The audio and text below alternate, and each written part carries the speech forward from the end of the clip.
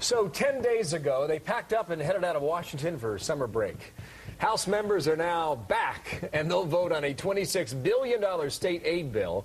Democrats defend the move, says it helps teachers. Congresswoman Blackburn out of Tennessee is the Deputy Minority Whip, Republican member of the House Energy and Commerce Committee. How you doing? Good morning to you.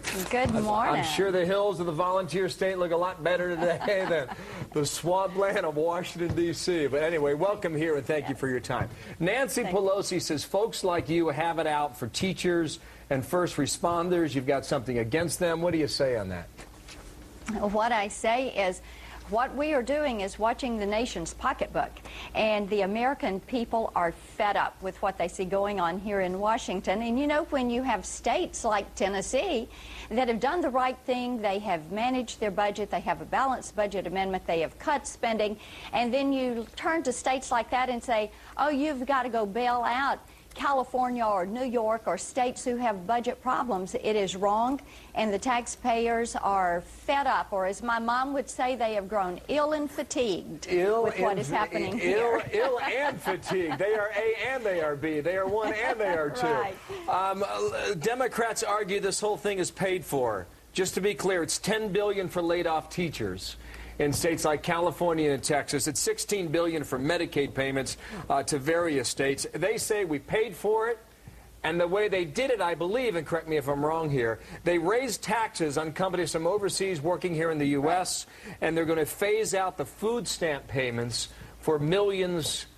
Is it millions or is it thousands of poor in America today? What is it? I think it is millions. And Bill, look at what they have done.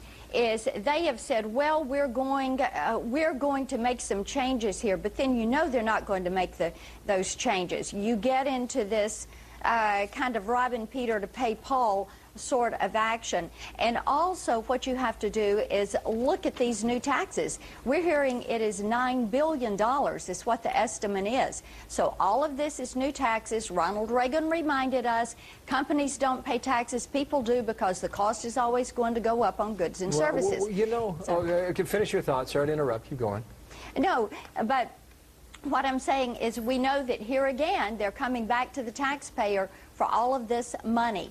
They will not cut the food stamp program. They will come back and say, well, we have to replace this. This is a continuation of out-of-control Washington spending. It is wasteful. We are looking at future generations and saying we are spending away your opportunity and your jobs. We are looking at taxpayers and saying, hey, Washington is continuing to spend money you don't have for programs they don't want. They're not going to cut the food program, you argue. It'll just be moved around in some sort of Washington shell game to be determined at a later date. I tell you, right. Do me a favor.